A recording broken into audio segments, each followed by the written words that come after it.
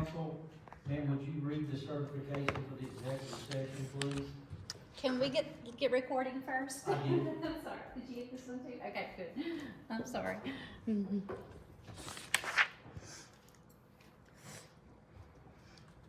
Whereas the Town Council of Bluefield, Virginia convened a closed meeting on March the 11th, 2025 pursuant to a duly adopted motion attached hereto, and such closed meeting was convened in accordance with the provisions of the Virginia Freedom of Information Act. And whereas the Town Council of Bluefield, Virginia returned to its open meeting held on March the 11th, 2025.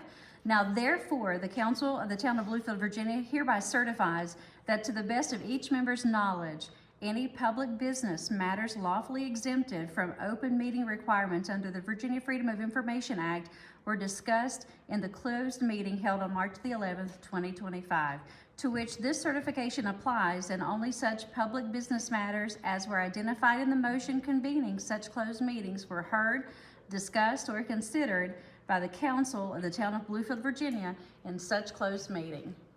Well, I've heard the certification. How do you vote, yes or no, that we adhere to the certification, Mr. Nolan?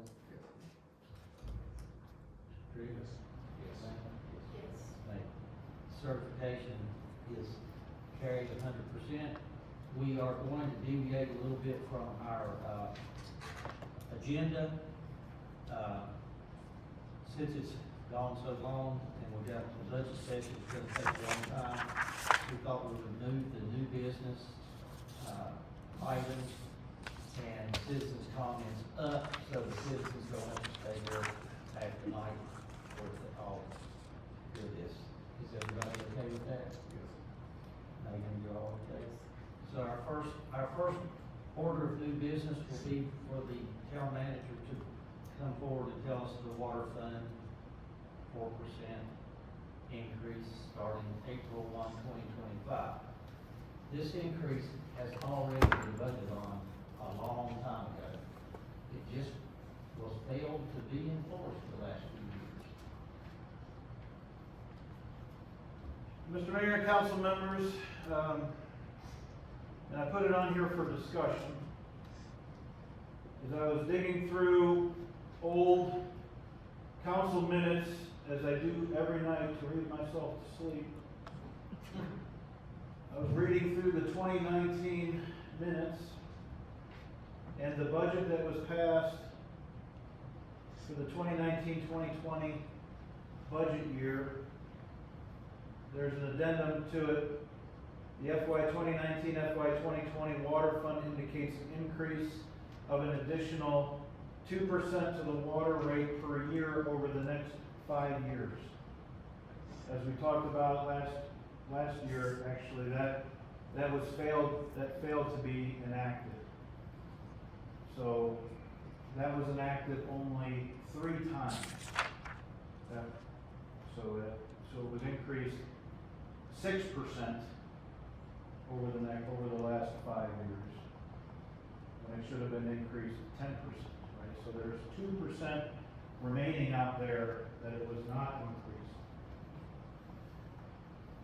Therefore, and I think it's within my ability to raise the water rates immediately 4%, really without asking for any change to anything done by council as it was passed in 2019. But I don't think that that's necessarily something that I should do just cold turkey, and I don't think it's fair to the citizens to do that. That would be quite a surprise or shock on anybody's water bill. So I don't think it's necessarily fair to do, even though it's something I think we could do. So I didn't put it on the agenda for a vote, I just put it on there for discussion. When we go through the budget work session, though, you'll see, and as was presented in the previous council meeting from Mr. Rhodes and Davenport Financial Services, right, our water fund is woefully underfunded.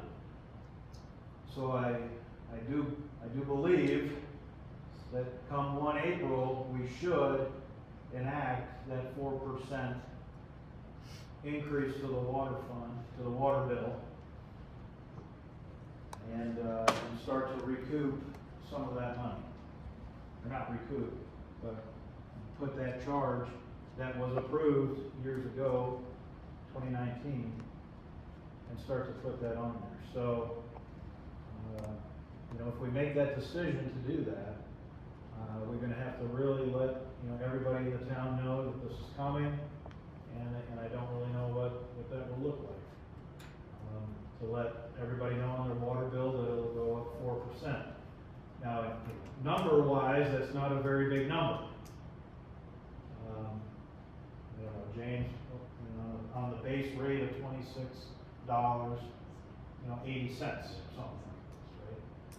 It's not a big number, but it is a number, right? It is going to, people that really account for every penny, and their water bill hasn't changed for the last 4 years. If they pay just the very minimum, you know, they will question why this is occurring, right? So I don't have a lot of time to message this now that we're, you know, in March 11th here, or whatever date is. So I would have to be, you know, get the note, try to message this as best we can to everybody in town, et cetera, et cetera.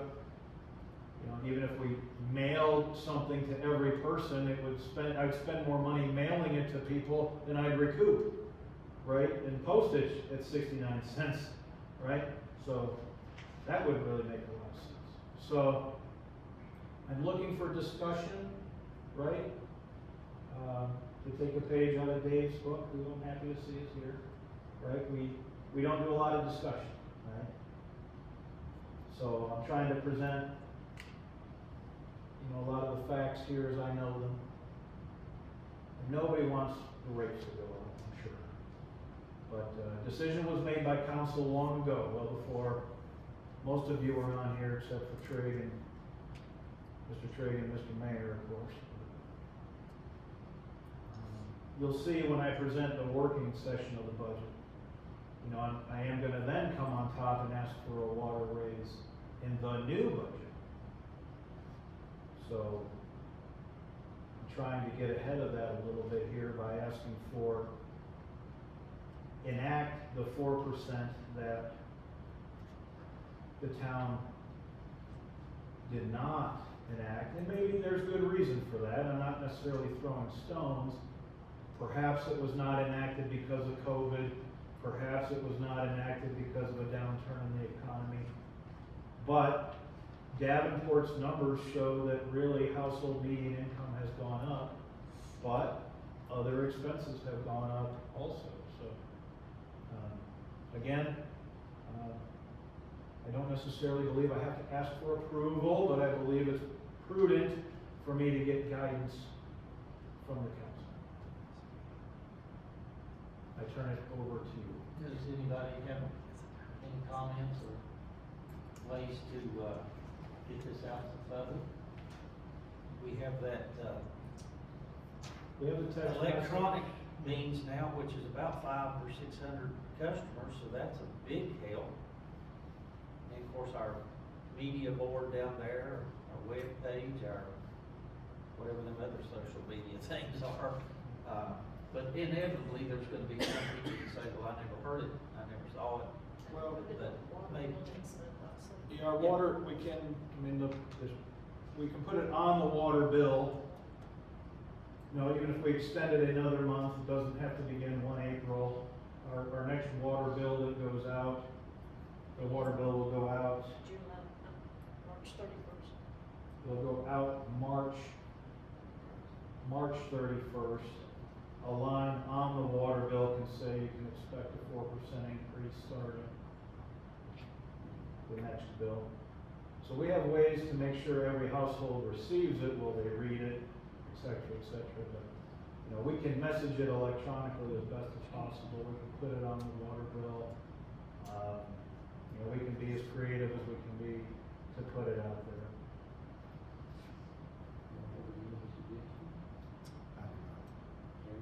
Pretty much covers. Trey? No, I don't have any suggestions, but Colonel, I did, and I know that it's obviously what you feel we need now. I was just thinking, you feel it's best now as opposed to July 4% and phase in 6% throughout that year and continue to message it?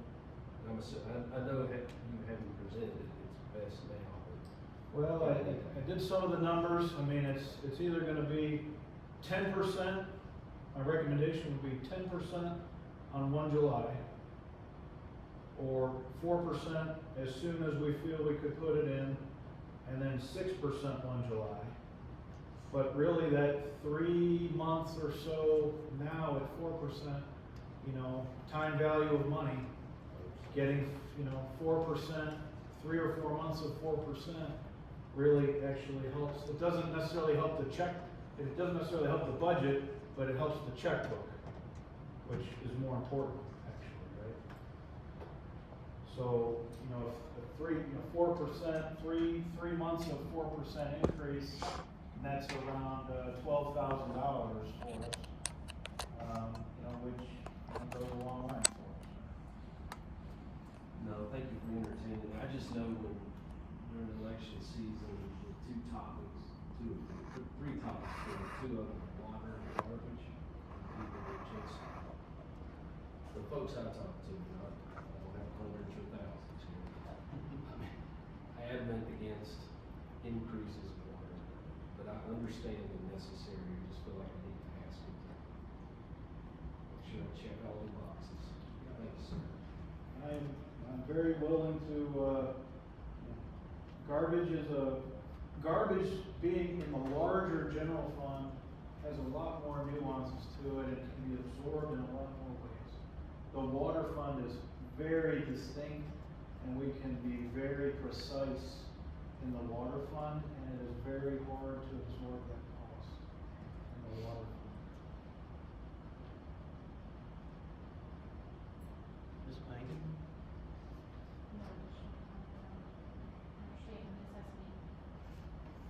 And I'm also willing to entertain if the council believes that they should vote, or if I should not enact it on my own. Do you want to vote, or do you want Well, this one to vote of confidence to do it? Well, I think I have all the legal ability to do it, but I want to make sure that the council does not think that I am overexerting my authority. I think everyone here made the comment that they thought we needed to do it, and it's already been voted on, so I say we turn it over to you and you take care of it. I appreciate that, but again, I don't want to Is that okay with you? get crossroads with that. All right, thank you. All right, the next order of business on our new business is the IDA appointment. We've been discussing this and talking about it for a while. So do we have a recommendation or a motion for the IDA appointments? What do you want to, who do you want to put and how do you want to do it? Could you read the list? I accidentally, the list we discussed. Carl, I'm gonna go off of memory, so if I'm wrong. The motion is that we reappoint Mr. Bowers and Mr. Blevins. And we appoint Mr. Tolley and Mr. McClanahan to the board. So that's Megan's motion, I just stated it for her, Thank she you. asked me to. Thank you. Is that okay? Yes. So we have a motion, so do I have a second? I'll second that. We have a motion and a second, is there any more discussion? We only did 2 hours talking. So let's do a roll call vote on this, ma'am. I'll ask Mr. Knowles, Yes. Mr. Rich, Yes. Mr. Trigg, Mr. Lambert, Yes. Ms. Megan. Yes. The motion carries 100%, sir, so you can take it from there. The next item we have on new business is the Graham High School State Basketball donation request, which is $1,700 for team travel and lodging. It can be coming out of the council travel and training line item. There's plenty of money in there to cover this. So is it your pleasure to so move? Mr. Trigg makes the motion that we approve the $1,700. I'll second. Mr. Lambert seconds it. We'll do the roll call. Mr. Knowles? Yes. Mr. Ridge? Yes. Mr. Trigg? Yes. Mr. Lambert? Yes. Ms. Megan? Yes. That carries 100%, sir, so you can take care of that. as a discussion, although I appreciate the motion on the movement. We did have a discussion with the superintendent. This is not budgeted in anybody's budget. It is an unforecasted thing. This is a portion of what the cost requirement is. So they are scrambling to acquire the funds. This was requested by Principal Young, and they are much appreciative of anything that we could contribute. And this was, the ask. If we couldn't have done this amount, any amount would have been wonderful. With the low attendance we had at VML, sorry.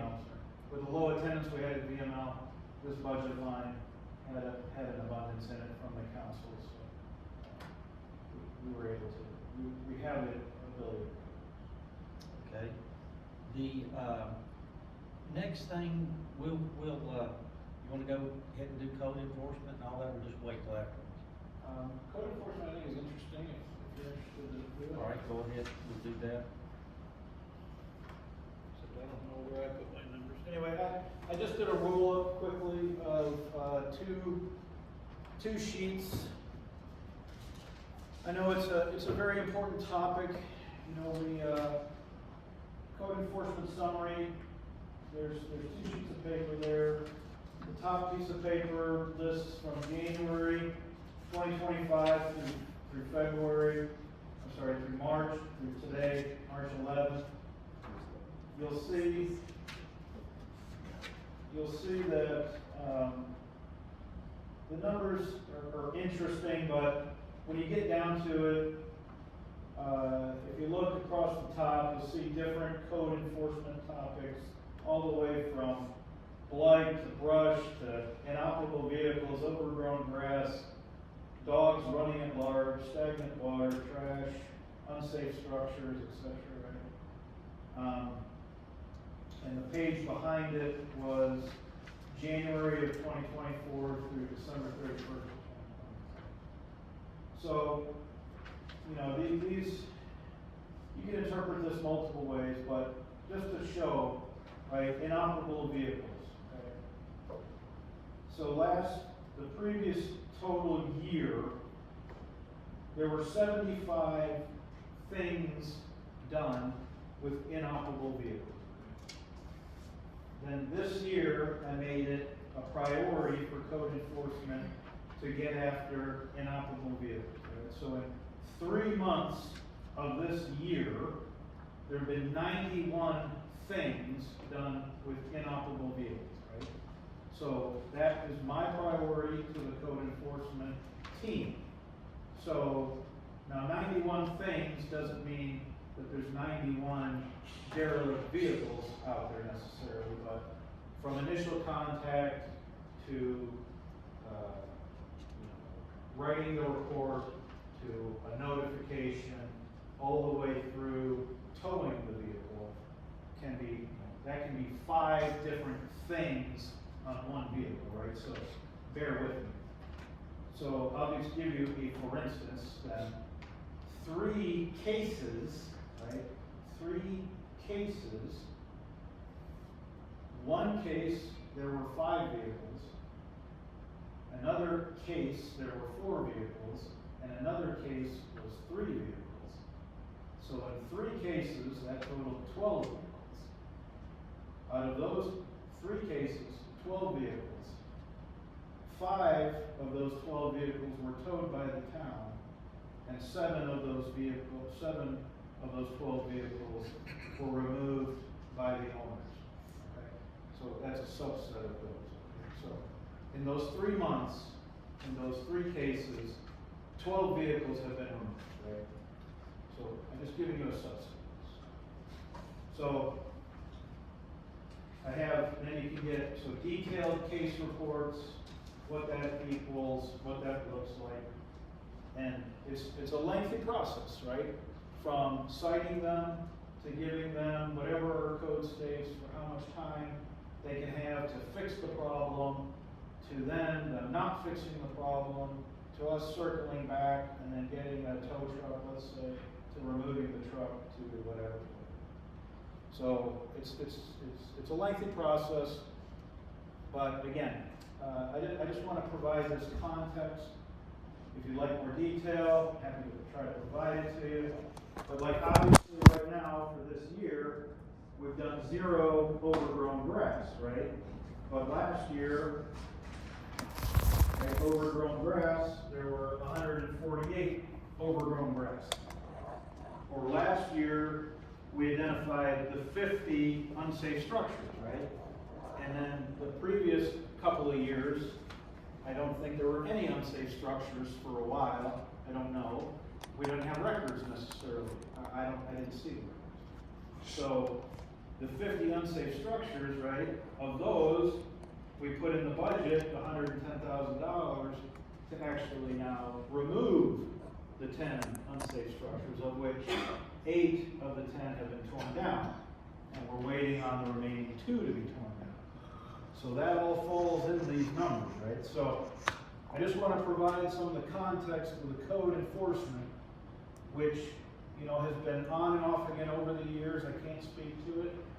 Mr. Lambert can speak to it more eloquently than I can, right, over the years.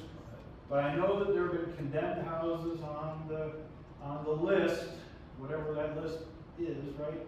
Condemned houses have been on that list for probably 20 years, 50 years, I don't know. But then the money wasn't allocated to tear them down, right, or whatever.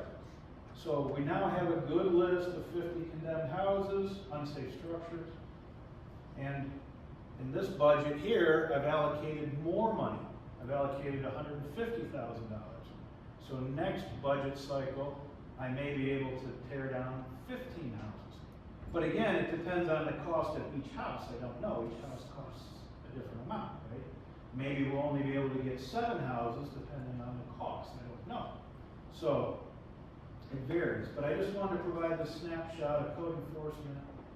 And, you know, we tag a vehicle and then a person says, you know, why are you targeting my vehicle? You know, there's 100 other vehicles around here that need to be towed. And we are tagging those vehicles. I know, you know, that's kind of the fallacy of it. You know, not again, 91 for this year, 91 incidents of derelict vehicles, or 91 incidents of inoperable vehicles doesn't mean there's 91 vehicles that we've tagged, but I mean, I'd say the number is in the 25 to 34, somewhere in that number. That many non-tagged, inoperable vehicles have been either made operable, put inside, tarped, covered, or removed. And I think we're doing a good job at trying to clean up the blight within the town. And that's been my priority right now. When I get done with vehicles, you know, I'll move on to the next thing. I just wanted to provide that. Anybody have any questions? Not hearing any, we'll move on to the next item, which we're now going to say is citizens' comments. Any citizens who'd like to come and make a comment at this time, they're more than welcome. They're also can come and listen to the budget. It's going to take a while. We have one citizen's comment. You said you weren't going to talk. I've been thinking about it from just now. I'm gonna talk from back here because I'm not walking to you tonight. We've got a building downtown that we may have to help with something with. It's one of the main buildings downtown, Margaret's Restaurant. The windows in the upstairs are all broken out of it. And we're gonna get a lot of water damage in it if something is done. Maybe I don't know what the situation there is, but it needs to be looked at. Maybe from what I'm seeing flapping around, maybe somebody needs to be on the roof and that as well. But it's, you know, it's concerning because the windows have been out of it now for about 6 months upstairs. There's stuff on it. And about 3 or 4 of them, not all of it, some of them are not, they're just gone. If we do anything, put some plywood on it so we keep the building dry, so it doesn't suffer interior structural damage. You know the building term? I did ask John to go down there. I actually thought thought that they were covered up, Dave, I have to go, I hadn't checked on it personally. Well, the last time I looked, I'll have to go check. John did go down there. We have Mr. Blevins. Melanie, in regards to the IDA appointments, did y'all set any, terms for specific board members? As we discussed today in the meeting, Mr. Manager? We have to, Lori, they tasked us to look and see, like, your reappointment is easy. It's the, Mr. Landreth's, I didn't know Mr. Landreth taking over from Mr. Ayers, filling that seat. I didn't know. I have to get back to them to know the length of term of those, to get back on the 4-year cycle there. We should be able to get everybody, two people should be up every 2 years, right? That's the standard, right? 2 people every 2 years. Well, if I read the bylaws correctly, there was 1-year appointments, 2-year appointments, and 4-year appointments. Yeah, that was when it started. That was to allow for, of the 8 people or whatever it is, right? The 8 people? 7 people, whatever the number is, right? It was to allow 2 people, whatever, to come off every 2 years. I'll figure it out. Any more comments? We do council comments after we go through the budget, I presume. So now we will go into the budget work session that started at 6 o'clock. A little bit late. Thank you, Dave. All right, Mr. Mayor, council members, I'll make this very brief. I sent it to you electronically, and you have it. The general fund and the water fund are the only 2 funds that I'm concerned about. The revenue streams, as you read this, of course, the working budget is here. You can see the previous budgets. I like the way that James and Vicki had set this up with our actual expenditures, where we are, I should say. Terrible English. I guess it's where we were. Through December, right? And the percent that we were at, or we have been at it in December. What was approved though, so this number was what we approved. Anyway, so you can see how revenue has steadily gone up over time. And then where we're projecting our revenue to be at here, really the big totals at the bottom are what to look at. And I've given you the nth degree of detail here. When we go and present the budget in the paper and we go to do the public hearing, only the major subtotals are utilized, right? Otherwise, we'd be here forever in the public hearing. But you can see the big numbers here. We expect, in this revenue column, general property taxes to be up about $38,000 from last year projected revenue increases. If there's any item you'd like to dive into, just stop me. I'm not going to go every line item, of course. Other local taxes we expect in general to be up about $26,000. Permitting, we anticipate that to fall a little bit.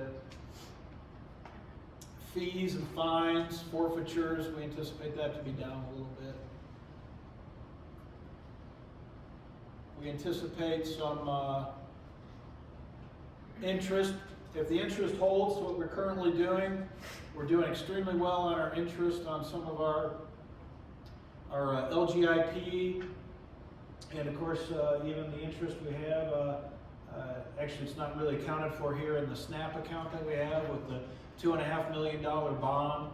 We're not bringing that money in as revenue, but and we're not accounting for that. It just continues to grow in the SNAP account. But our normal, $3+ million in the LGIP account, we account for the interest here. That'll grow at growing about $75,000. So that's fantastic. The previous council, right, they approved us to bill for fire insurance. Mr. Lambert, you remember that one specifically, we had a good conversation about that. This I'm really happy about. I mean, this was, to me, you know, my estimation, this was revenue that we were not billing for, that we should have billed for. We did not know what number to put in here. We anticipated $50,000 just as a total shot in the dark. You know, as of December, we, you know, received about $8,000 trying to get rolling here. We think we overshot, but we're kind of getting our feet under us. So I took that down about $10,000, but you know, that's $40,000 that the fire department did not have at all. And they get to utilize that for equipment. Garbage collection, you'll see, remains steady here. There's no increase in garbage collection. I would really like to see an increase in garbage collection. I'd like to see about a $2 increase in garbage collection. Again, it's in the broader general fund. I think that's a, you know, as Mr. Lambert just discussed, I think that's a discussion we will have before, as I present to you the 1 April budget. I think it's a good discussion to have. I mean, I could definitely use $2 more per month per household in the general fund that we use for garbage collection and recyclables. You know, the cost of garbage trucks is not getting cheaper.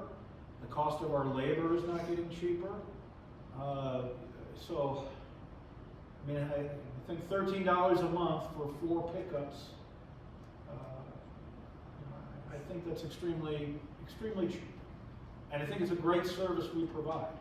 And I also think $15 a month for 4 pickups is extremely cheap and a great service we provide. So I would like to ask you all to consider a $2 a month increase there.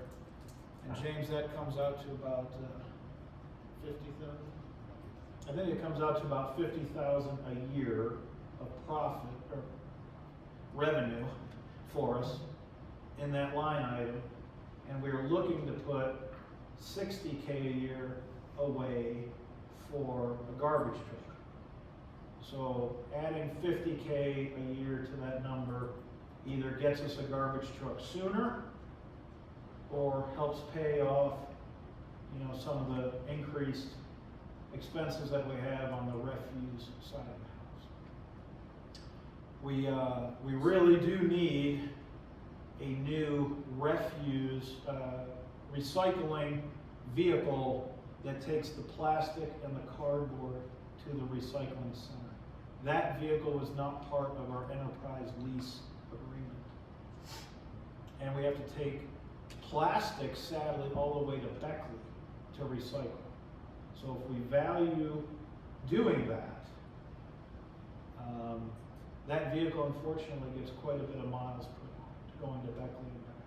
And it was a used vehicle that was purchased with already 180,000 miles on it when the town purchased it, and it's well over 200,000 miles on it right now.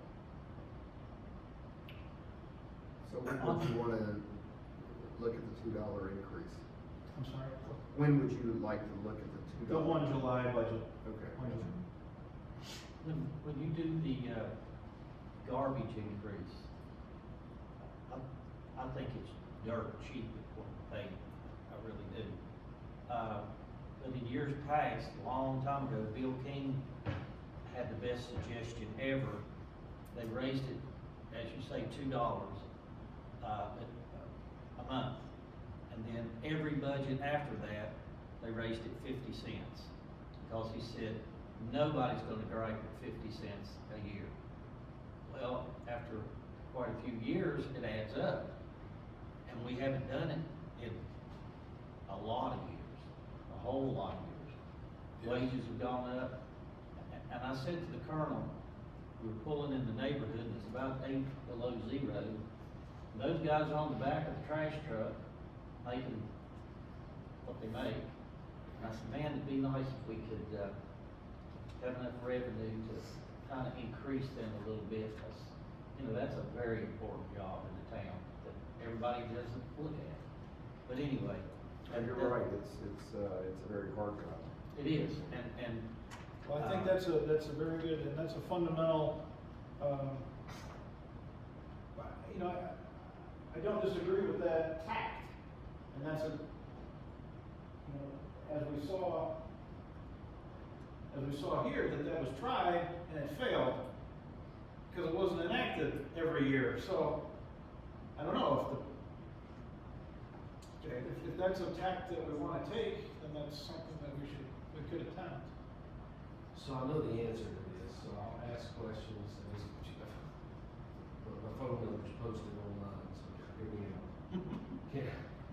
Can a person opt out of garbage pickup? No. Is there a way to modify that? Should we ever ID that as a lead?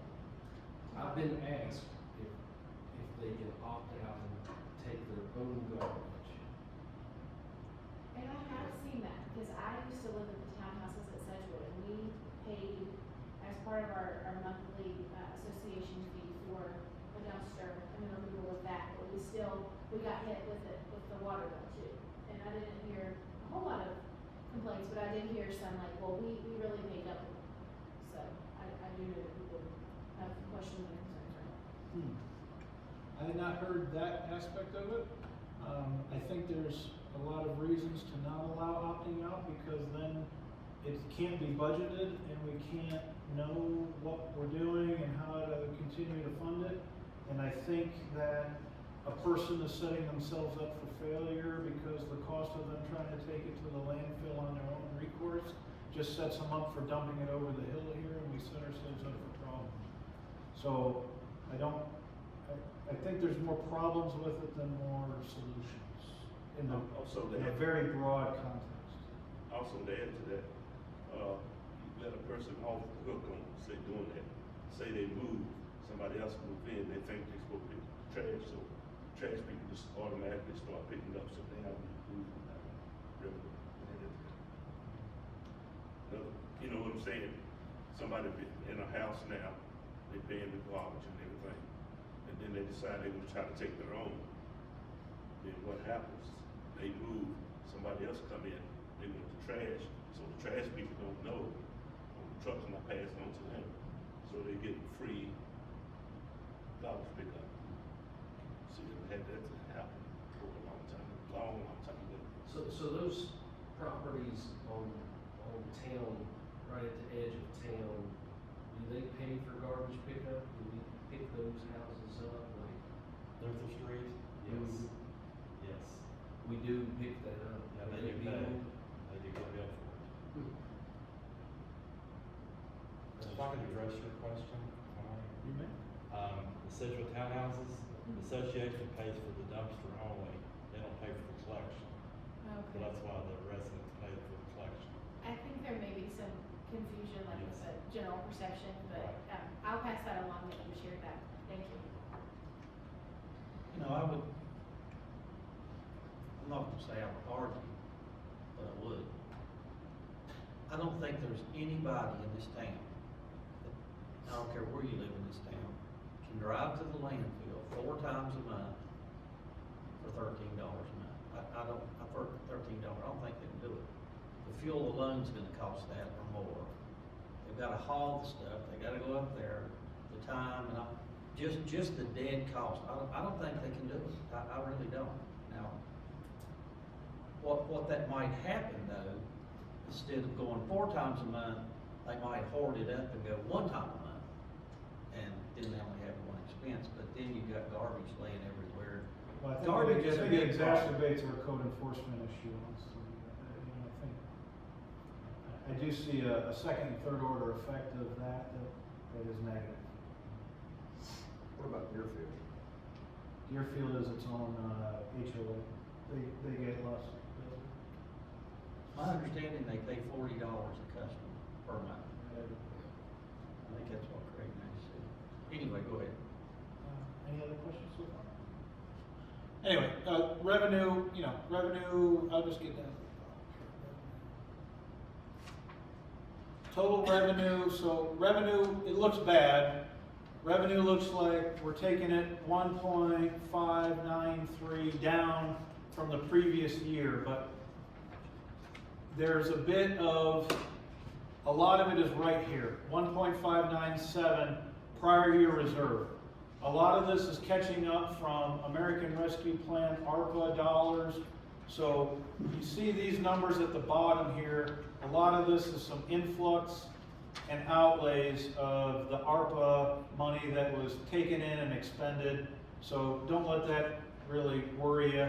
If you kind of take away these big chunks, these couple $1 million swings, you know, we're about on par with where we were. So if this $1.79 million from prior year reserves wasn't brought in from the previous year, you know, we're going to be about at the 8.6 million, 8.2 million. So we're really pretty close to the previous years really in revenue in. All right, anyway, you get down to expenditures, I really, you know, there's a lot to be said here for increased costs. We went up significantly in healthcare. We went up significantly in some other health insurance, some retirement, some workers' comp. In each of the departments, you'll be able to see those. Others went down sometimes. We lost some full-time salaries. They've been replaced with some part-time salaries. There's pluses and minuses to each of those. You just really have to look at the bottom line of each of the departments as you go through here. Treasurer picked up a full-time employee. We moved an employee out of the water department. So if you look at the Treasurer Department came up $67,000, but that's because we pulled a full-time employee out of the water department. So again, you know, it's not necessarily apples and oranges when you look across the line here. So if you're really trying to say, wow, there's a huge swing, I really can talk the eaches of it most likely when you get down to the big numbers at the bottom. Bookkeeping, again, bookkeeping came way up. Again, we brought on some employees, but when you look, bookkeeping salaries went up, but it was some part-time. Regular went up $23,000 in bookkeeping, but you know, healthcare was way off. And then we brought in some maintenance service contracts, and the maintenance service contracts may have fell within bookkeeping. They were our Southern Software and a couple other of our software programs. Some of their prices increased. Health insurance, you'll see. I mean, you know, you bring on one person, but then the health insurance costs like $17,000 just for a shop that has 3 people in it, because you know, one person got married and goes on to a family health care plan, right? And then you know, because you know, gets married and they have you know, the new spouse has you know, 2 children or so, and it becomes, and all of a sudden a family of 4, and to go from single health care plan to now family health care plan of 4, and the town picks up 80% of the health care plan, and we jump to a $17,000 you know, bill that we didn't have in the previous year in health care. So I am trying to look at different health care plans, but the employees are very happy with the health care plan we have, and I think that is one of our shining pieces where our wages may not be the greatest, but I do believe we have a good benefit package. And you know, I do hesitate to hurt the benefit package that the employees have. So it's tough to say. But here's another thing in our vehicle maintenance. Our vehicle maintenance only has like 2 people in it, right? Salaries is only 4. We increased 4,700 in salaries, right? And again, on that note on salaries, right? We increased as a COLA, cost of living adjustment, for all full-time employees of 50 cents, right, per hour. That equates to $1,000 a year for a cost of living adjustment, right? For every full-time employee, right? Not to include me, I wanna make sure that's clear to everybody, right? I did not get painters. That equates to, how much was that, Vicki? 100,000? I don't know, somewhere around $100,000, just a 50 cent per hour pay increase, right? Which is nothing. For the individual person, it's nothing. $1,000 a year pre-tax, which means they only take home, what, $600 of that or something crazy? And yet it costs the town $100,000+ probably, or something like that, 90 something, I forget the number total. But it's something we need to do. But vehicle maintenance, I think it only has, how many employees in vehicle maintenance, Robert? Correct. Three employees in vehicle maintenance. Look at the cost increase in health insurance. $10,000 for 3 employees, right? So I can't do much about that. Now, we were able to zero out quite a bit of vehicle maintenance because of the enterprise fleet.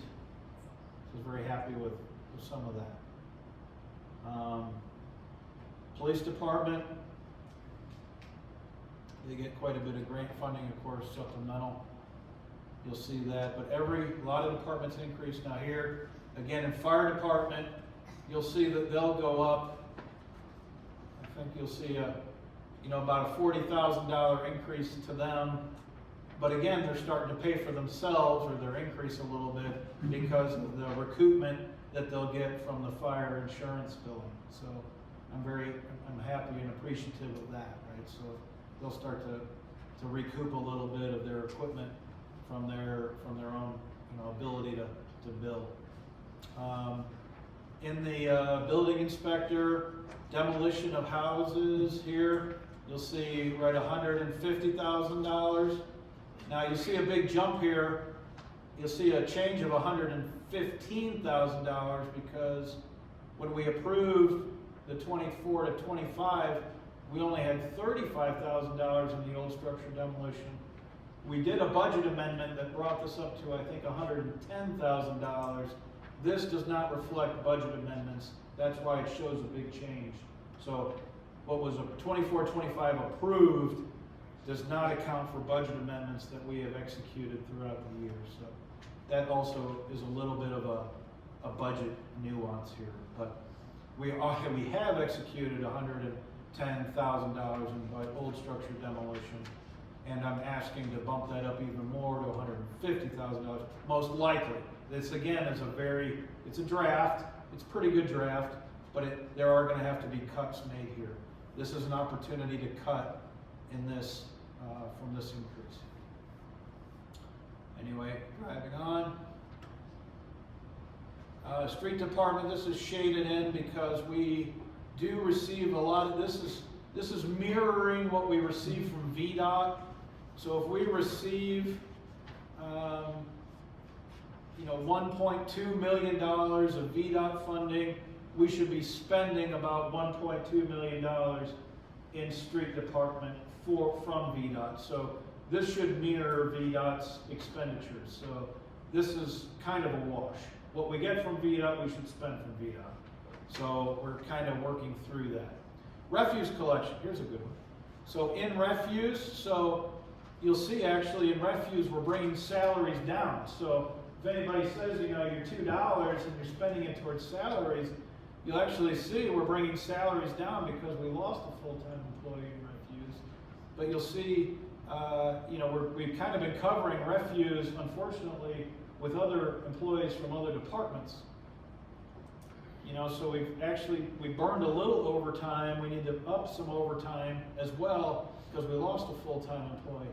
But you can see I'm actually cutting some refuse departments, not cutting, but it's not as high because we lost full-time employees. So refuse department actually is down $24,000. Well, you say, well, how come you're looking to increase refuse? Well, if we increase that full-time employee back, again, that $24,000 could be wiped back away, and you got the $60,000 plan, for trash truck reinvestment, And then I just told you about the other truck that I haven't accounted for in trying to reinvest for the new truck that deals solely with the recyclables, which has over 200,000+ miles on it and makes this truck to, trek to Beckley and back every other week for plastic right now. So I would love to get another $2 a month, $50K. If I could reinvest that $50K or use it toward the purchase of a different truck, that'd be great. If we received another full-time employee here, wonderful. I might have to eat that and you start using it against this 24,000 refuse. Town hall, we're doing okay in town hall. We had a big expense last year for the new roof on the building. We haven't really been leaking anymore, which makes me happy. But we have another pretty good expense we're looking at here. But you'll see I took it down $50,000. But I'm looking to do a paving job out back, new kennel and some other thing for the canine under this for the grounds improvement. But overall, the building here, $33,000 savings on this side of the house. Recreation. Now, recreation is going to have a big expense. I plugged in $500,000 for Harmony Acres reinvestment. I don't think that will stand. I don't think this budget can handle that. I wish it could. So I was really hopeful that we could handle that. I don't think that'll stand. So you see, when you look at this, you'll see, the recreation budget up $555,000. If I erase $500,000 for Harmony Acres, then recreation was up $55,000. It's up in other places for agricultural supplies, vehicle-powered equipment, small tools, etc. That is the investment we're trying to put into Graham Rec Park with the hiring of Jamie and the investment, not in here, but the investment that you all allowed me to do with the lights that we're putting in out there, him taking care of the softball and baseball fields and the soccer fields out there. So we're trying to invest quite a bit in Graham Rec Park. Cemetery, salaries for cemetery, not a big change there, really just the 50 cents and some extra in their benefits. Planning Commission, no change there. Community Development, some changes in here. Pedestrian footbridge, try to get that across the goal line. Hopefully another 30K there. Here we go, this is a good one. Donations, added a couple donations. We had some requests for donations. A women's ministry in Tazewell, a request for $5,000. A 4-H program, a request for $3,900. These are, all worthy causes, right? So that bumps the donation line up to $47,000 overall. Those can be debated and looked at.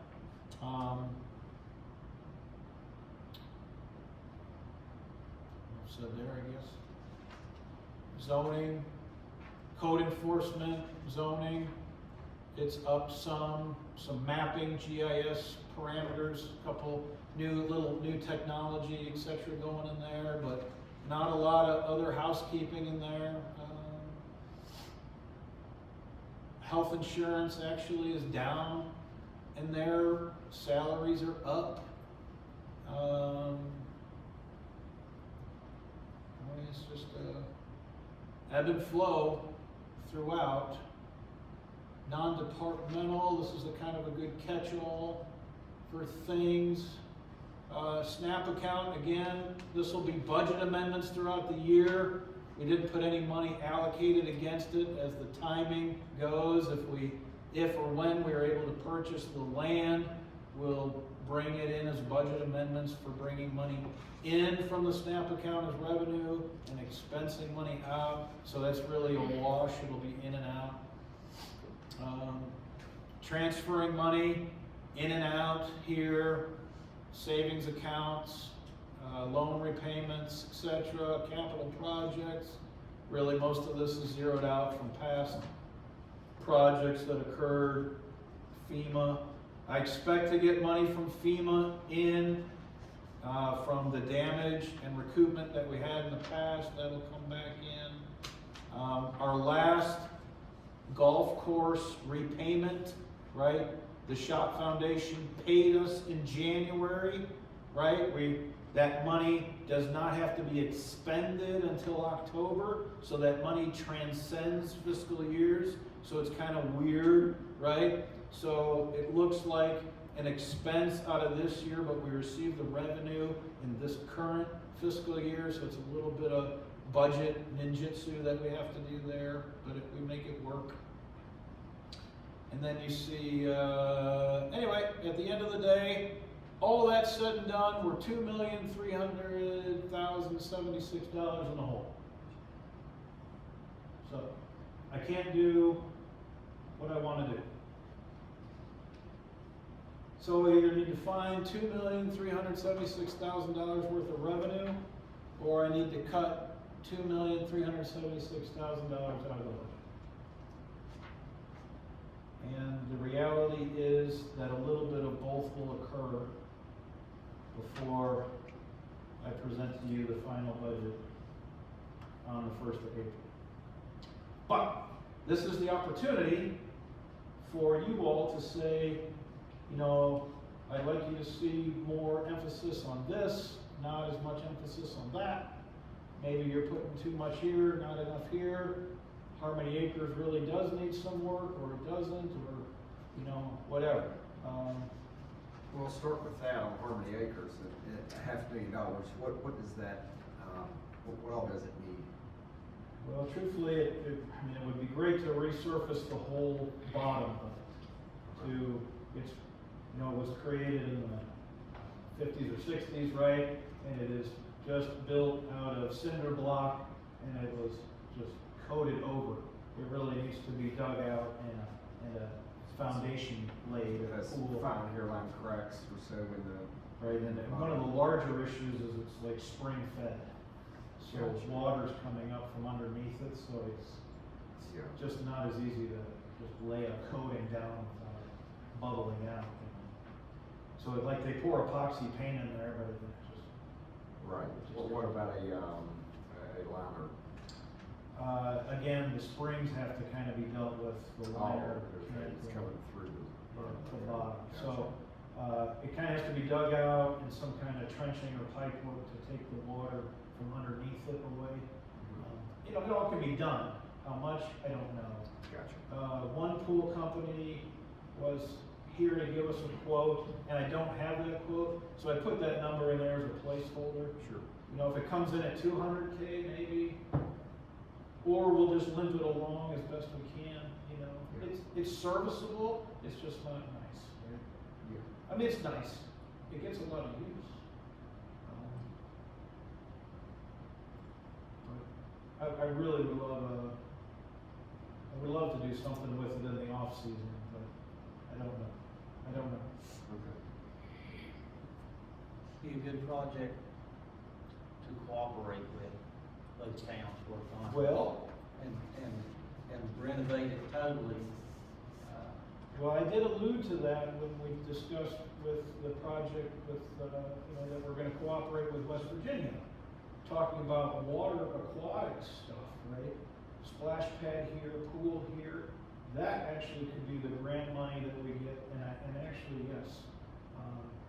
So if I'm not able to fund anything with that here, that could be one of our major projects that we look to do out of the recreation study with, that we choose as the town's study. And let me ask you this, Carl, too, with the pool at Fincastle and a pool over there, what is the thoughts of possibly using one pool? Well, I think if the numbers last year really said that both pools were almost utilized to capacity. They were hitting about 200 people a day. Okay. It was surprising how much they were used, but the weather was also great last year. Yeah, it was. But the numbers were pretty astronomical, and I can give you that report from last year. It was like, 200 days or something. I might have the number of people or the number of days used.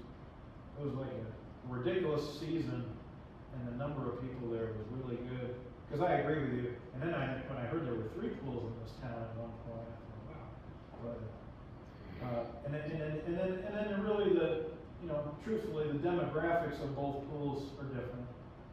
An older, more, calm population and the kids, going to Harmony.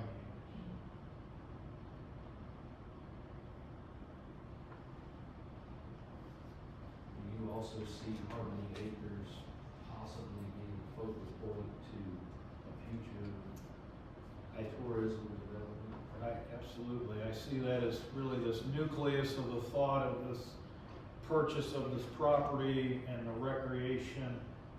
And I hope the recreation study does bore that out, that the ATV side-by-side aspect of, I don't want to go on the trail today, or family members don't want to go side-by-side, and they just want to go hang out at this pool. And it's a whole aspect of this recreation, enterprise that I would hope actually is able to revitalize West Graham or become a catalyst for West Graham that is about the only, what I hope, can be something that West Graham is able to capitalize on and drive some industry or some service industry on that side.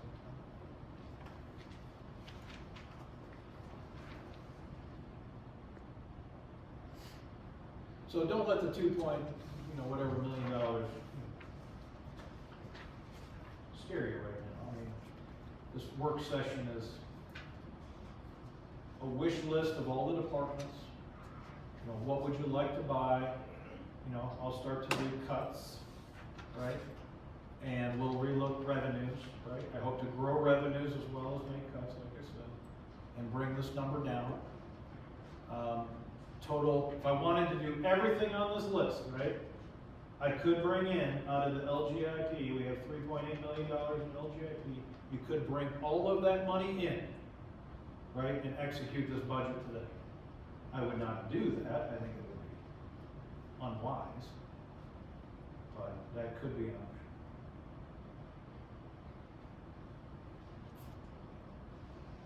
So that's general fund. We'll make that work. Water fund, different story. Well, same story. Water fund, water sales. Now this I did include from today, right? I did include a 10% increase. 4% enacted soon, and then 6% enacted, approved by you all in the 1 July budget. That increases, today's rate and effectively 10%. That adds $133,995 roughly to the revenue side of the water sale budget. Okay. Our salaries actually full-time dip a little bit. We lose a full-time employee. We because of that, we lose some in retirement, but we gain. We have to pay more in part-time, I think. Kind of comes out in the wash. Our biggest issue, chemicals have gone up $40,000.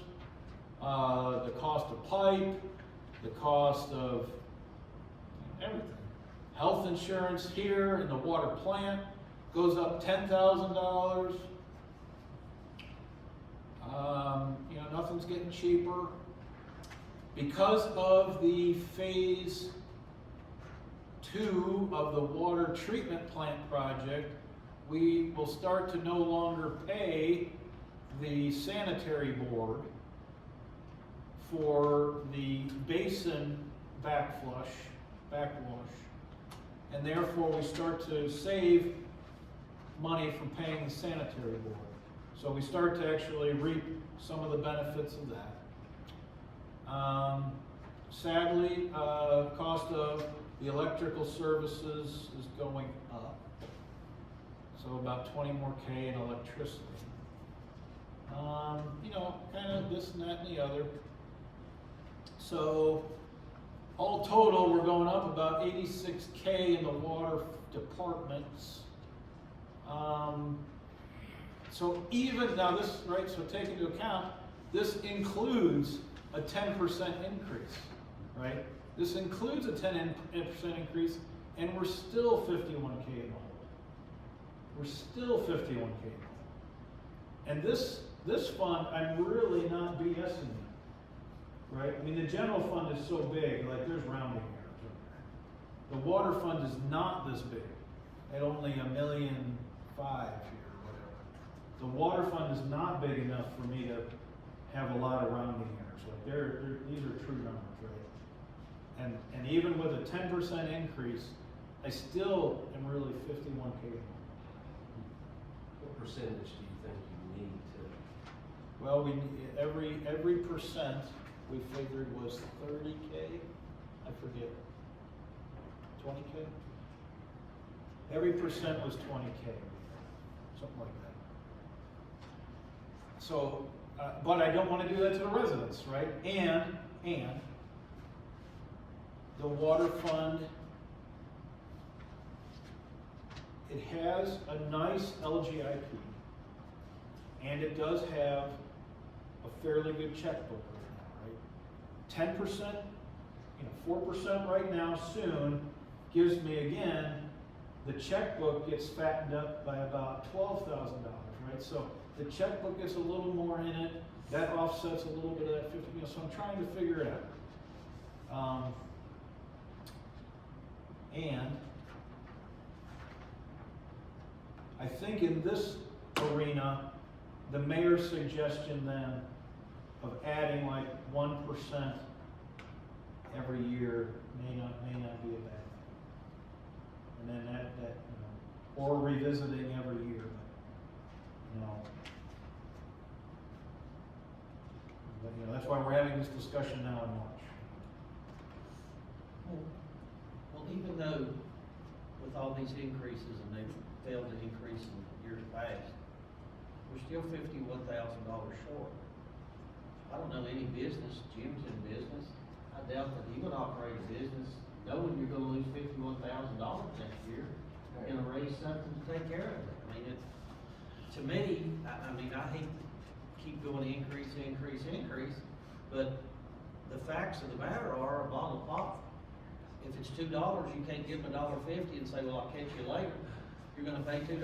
And now, we're $51,000 in the hole on that fund with 10% increase. So, 13% increase, as he said, 20 per 1%, gets us basically in the black, just basically. And these chemicals have gone crazy. Nuts. They've gone crazy. So, you hate to keep doing it, but our job, things weren't taken care of over the last few years. It's just, okay, we have money in the general fund, we'll move it here, we'll do this, we'll do that. And I've argued that on water and garbage ever since I've been here. You can't operate them as a business, and the water fund is a separate entity, enterprise fund. You can't keep operating in the red. You can't do it. Eventually 51 becomes 150, then 200. So then what do? Really kill them with a raise? Nobody likes increases, I can assure you that. And I'm not defending some of these other utilities, but I did notice that the town of Athens, as small as they are, they're raising their water rates, and the average increase for residential is $8 and something a month. Businesses is 15. And on their sewer side, residential increasing like $15 or $18 for residential and $35 for commercial. Well, you look at those things and say, my God, that's huge. But the numbers don't lie. We can either come up with more revenue in the water fund, and the only way you're gonna do that is through rate increases, or you cut expenditures. Well, you can't cut expenditures, chemicals are chemicals, that's what it costs. Your bare bones on employees, plus that we've got to be thinking about, phase 3's coming up. That's $6 million. So how are we gonna pay for that?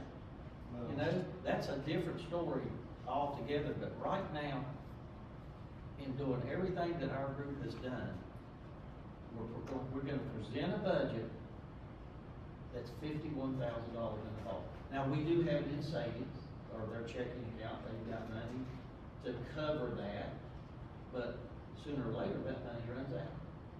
You can't rob Peter to pay Paul. You've got to be solid. If it costs you $1, I didn't say you had to charge $1.20, but you don't need to charge $1. You need to get your money back. And I hate to say it, but for years, that hasn't been the case. It's always been, I can remember a mayor 30-some years ago said, oh, wow, that's okay, we'll just take it out of the general fund. And that's what they did for many, many years. So, it's something we gotta think about. Nobody wants to put a monster increase in, but can't keep operating in the red. You cannot. Can't do it. It's not gonna work. No, now there's a couple options yet, before I present before we present the final budget. And the big ones are some loan payoffs, okay, where we can make a big dent, okay? So where the town saddled itself with some of these loans, right? So there's a loan here, right, $102,000 for a loan, right? And the town also has another loan, James, right, $107,000? 157. The town had another loan for $157,000, right here, I think, yes. And $157,000, right?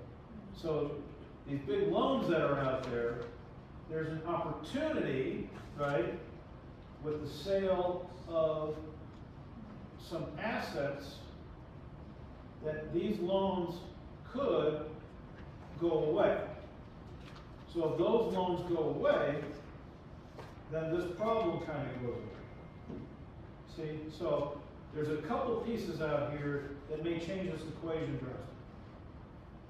And that is why we hired Davenport to help me through if these loans are the loans that we should pay off if we receive, a fairly sizable, capital,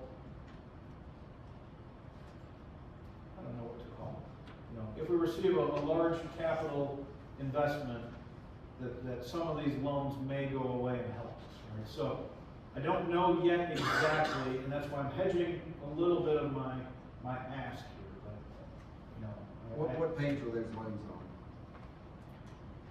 on? So in the water fund pages, Page number 2 is the $157,000. it's rural development payment, the line's 5860, 157,000.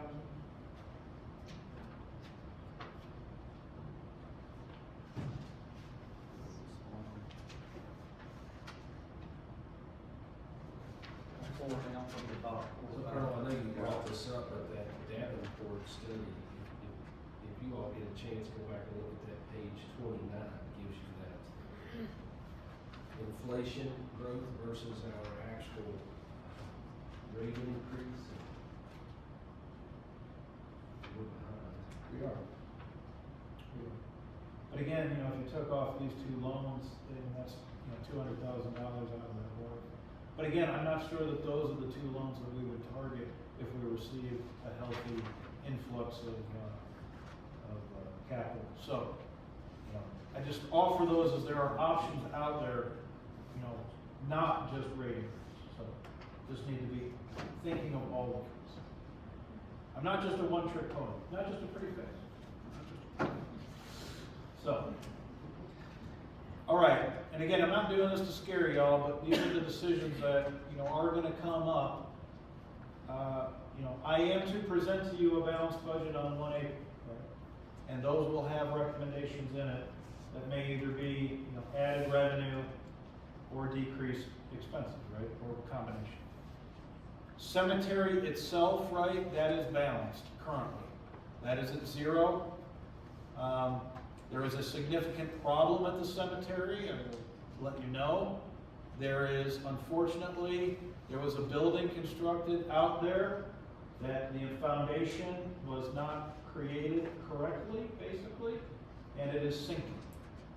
And it needs to be shored up, and it will be somewhere between $35,000 and $42,000 to correct the foundation on the cemetery building that houses the chapel and the viewing area. I'll have to correct that. That may not be in this budget. I may have to correct that out of the current budget, and I will deal with that as need be. If I have to correct that out of this budget, then this line item will go away. This $35K won't be in this budget. But regardless, I'm just letting you know, the cemetery will be fine. The cemetery, thankfully, is very healthy in its finances by itself. Transit, it's healthy. You got the briefing from last council meeting from James. We have a bill to pay for transit of 100 and something or other. I don't know. 107 something. We pay a subsidy to transit of 107, 171. 107,960. Yeah, 107. 100 it is right there. 107,960 is the bill that the town pays. The remainder comes from OPM, other people's money, and it magically balances out, and we move a lot of people around, and we get like $8,000 in quarters a year. It's fantastic. Fincastle, I do think Fincastle is a good news story. Fincastle's revenue continues to grow. I think we provide a very good service at an affordable price. Can we do things better? Absolutely. Will we continue to increase our way we do things? Yes. Again, our revenue streams, our revenue is kind of creeping up over the years. It gets added to and subtracted based on different things, from the shots to how it was helped subsidy-wise, etc. The 200Ks coming in and going out. But overall, I think Fincastle is doing well to balance its budget. I think it will need about $191,000 of taxpayer money to balance its budget, but that is it is so dependent upon weather, what its revenue looks like. It's very difficult to say what it will need. And it's growing its savings accounts. It has $250,000 in its savings accounts right now. So it could, in theory, pay for itself right now out of its savings accounts. Again, not a good idea to use that. So I'm pretty happy with where we are at with Fincastle. Overall, it's taking in about $2 million, and it's expending, around $2 million.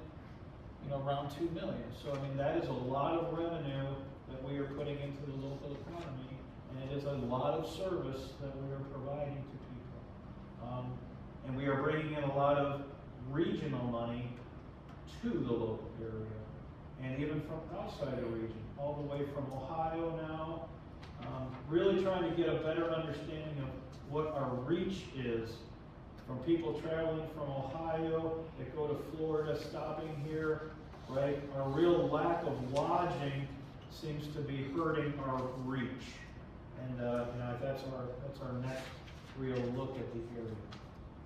So that is my presentation on the budget and where we currently stand. I know we've been at this a long time. I wanted to to hit these key points to you all and open for your questions and comments.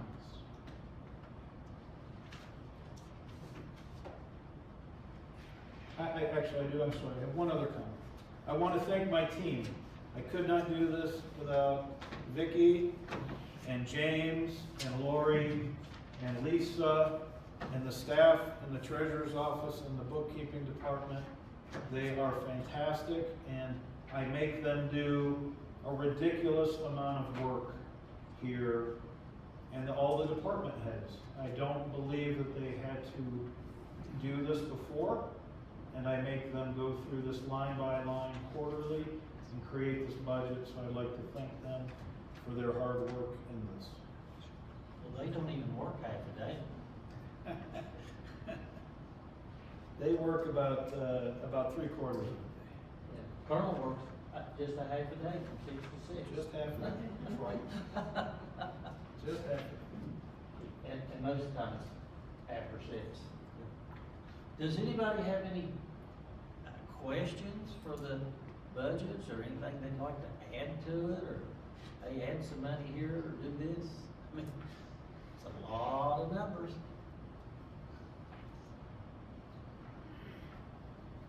I would like to applaud you for this.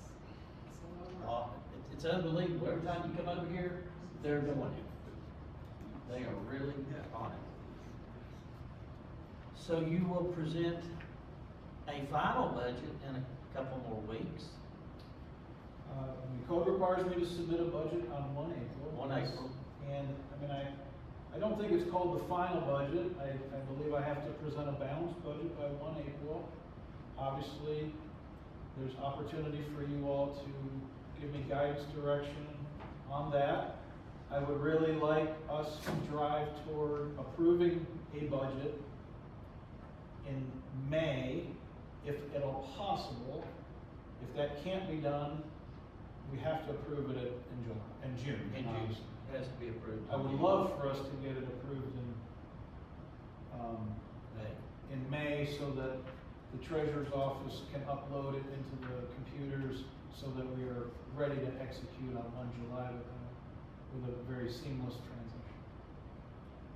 I can see that taking place. So, our next meeting's March 25th. We don't have a meeting April 1. So are you gonna try to give us that on March the 25th? Yes. Okay. Or if it's not, it's not. No, I don't want to miss my deadline. Does anybody have anything with the budget? That's a lot to look at, think about. Well, our focus is waning. I probably do have some thoughts. Now, of course, you all, please come into the office or call me. You're more than welcome to sit with me. It's a lot for the open like this. I really wanted to present it to you, though. Of course, it's very difficult when you can only have 2 of you together at a time or whatever. But it's an opportunity for dialogue on what the council's priorities are, and if I'm not doing them, if the priority is code enforcement, the question to me, Andy, are you funding code enforcement enough? That's a good question, right? I could hire 10 people for code enforcement around here, right? But at this point, that something else would have to come off the plate, right? Something comes on, something comes off. As you see, I have to really take, assuming I can't raise revenue, I have to take $2.3 million of stuff off the plate right now. Of course, 500,000 of that may be Harmony Acres, so it's an easy cut right now. It's a sad cut, but it's a fairly easy cut to make. Now, there's other organizations that may help, pay some of that and raise revenue, right? If one of the foundations helps pay for something, that's something else. Are there, recreational grants, meaning, could we get a $500,000 grant through something to renovate Harmony Acres? Is that something we can look at and possibly apply for? Well, I mean, truthfully, I do hope that the study we entered into with West Virginia bears that out. Okay. I do hope that that does, Because because that'll give us the documentation. the where you can go capacity- after money. the capacity we have within the town to apply for grants is very small. And the ones that I want to apply for within the town that Ms. Lori applies for are really the ones that I'm asking the IDA to look at for, like the old jewelry store downtown and those things. So the capacity we have internal is very low. So that's why which I graciously appreciate the grant the study you approved for us. And Bluefield West approved it as well, so we should be entering into that here shortly. And I do hope that that recreation study will help us with Harmony Acres Pool. Nobody has any more questions on the budget? We'll go to, council comments. Mr. Knowles? I don't have a whole lot to say, and thank you guys for preparing this. I know it's a tremendous amount of work, to say the very least. And it's, frankly, it's almost overwhelming. There's so much to look at. But we'll just wait and see what you guys and the Colonel propose and go from there. Colonel, one other thing from the last meeting with the neighbors, that came down from the neighborhood on the hill. The police doing regular, checks up there. Do you know? Yes. Okay. Yep. I just want to follow up with that. Yes. They all had definitely. it seemed like they had the same concern, and I just wanted to get that handled for those people. Yeah, I mean, the police took that to heart. They definitely take a lot of pride. They truthfully kind of had their feelings hurt a little bit. Yeah. Truth be told, I think the stories were a bit embellished to make a point. So. No, that's fine. I just want to check on that. Yes, sir. Thank you for all this. I know it's a lot. Ms. Karen? I thank you guys too for all of that, yes, hard work, getting this together, it's, more than I could take in. And I do wanna say that I'm grateful that we did vote on sending this money to the high school. Was glad to give that up, to do that. That's all I have to say. Mr. Trigg? I'd like to thank everybody, same thing. One thing was brought up to me, you know where the fire station is, going around, said something about the road, the wall or whatever, is, something FEMA gonna do anything with that? Yes, we had FEMA here for about 4 hours on the 6th or 7th, I forget. It is a FEMA project that we're applying for. They came and took all the measurements and this and that and the other. They are costing it right now. And then based on what they come back with the cost estimate, I'll go out, for bids and all this. Yeah, it's very unsafe. And to make matters even better, there's a gas line that runs right there, so it's dangerous, and I wish I could fix it right now, but, I need to really wait on FEMA a little bit. Well, everybody just keep up the good work, keep things moving. Mr. Chad? Thank you all for the hard work. Also excited that we can help Graham out, and I'm excited to hear when they shop the world that there's That'll be a shocker. that's all I got. Megan? Yeah, thank you. Just thank you all so much for, the incredible amount of work and the long evening. And, I just wanna commend Andy for this. I, am so new to seeing this up close, and I thought this was so cool. Several days ago, I was on my way to pick up my kids from my parents, and my dad was like, "What's all this water?" And there was a pipe that had burst, and Andy and our town employees had it fixed within hours. And, my dad, he was like, "Oh, I guess I won't have water for a few hours." He was fine with that, but he was like, "Oh my goodness, it's already fixed." And I just, I'm new to seeing that process this up close, and I was just like, we are so fortunate. So I'm just so thankful for Andy's leadership and our town crews on that. And yeah, just, again, I want to thank you all so much, for everything this evening, and, excited that we, made some progress with our IDA appointments tonight, and, I'm excited for things Andy mentioned that they, will be working on, and, yeah, excited about GHS basketball. And then, I did have someone reach out, I have no idea if these are town trees or personal trees, but, going like up past Doe Meadows, like towards Sedgewood, so like passing Graham High School on your right, going up the hill, they said that there were some trees kind of hanging over in the road, and they were worried they might fall, and I said, I have no idea if those trees are on personal property or town property, but I will pass that along. I'm sorry, so going past Graham? Going towards Sedgewood, going up the hill to the right there, like before you get to Sedgewood, that hill you. Close to Miss Pritchard's house. Passing the Finn Castle. Yeah. Yeah, so like if you pass Graham High School on your right, and like Chad said, like going, like you're gonna go to Fincastle, but instead of hanging a left, you go up the hill towards Sedgewood. Through, there's like kind of the trees through there. Someone was mentioning that they noticed that there were like a lot of trees kind of hanging over, and, but I said, I don't know, they may be on private property, and I said, anyway, I would pass that along to you. Okay. Check. Thank you. But right off Valleydale? Yes, I could have said that, made it easier, yeah. I still don't know all the roads, it's okay. Yeah, I'd like to say thank you to all the staff. What's taking place tonight with all of this work, there's so much of it, and there's so much that people doesn't see.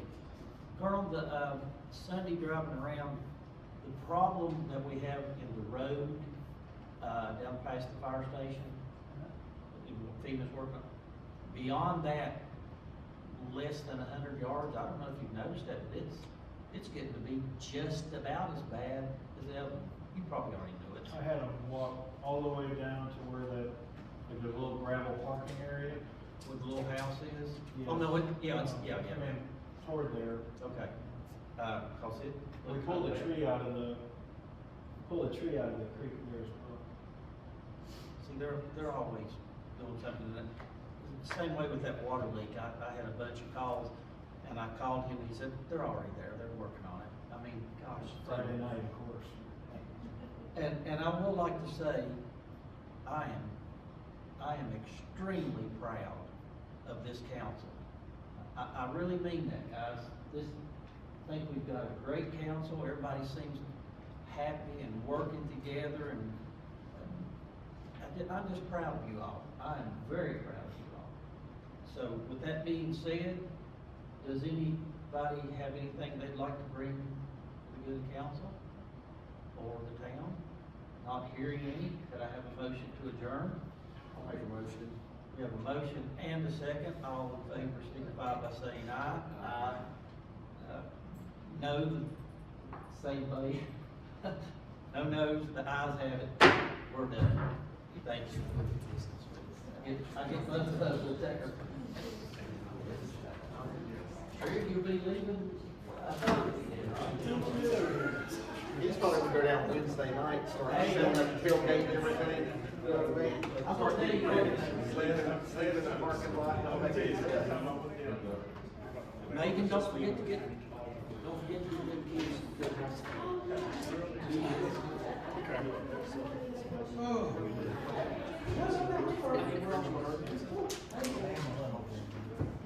That was that.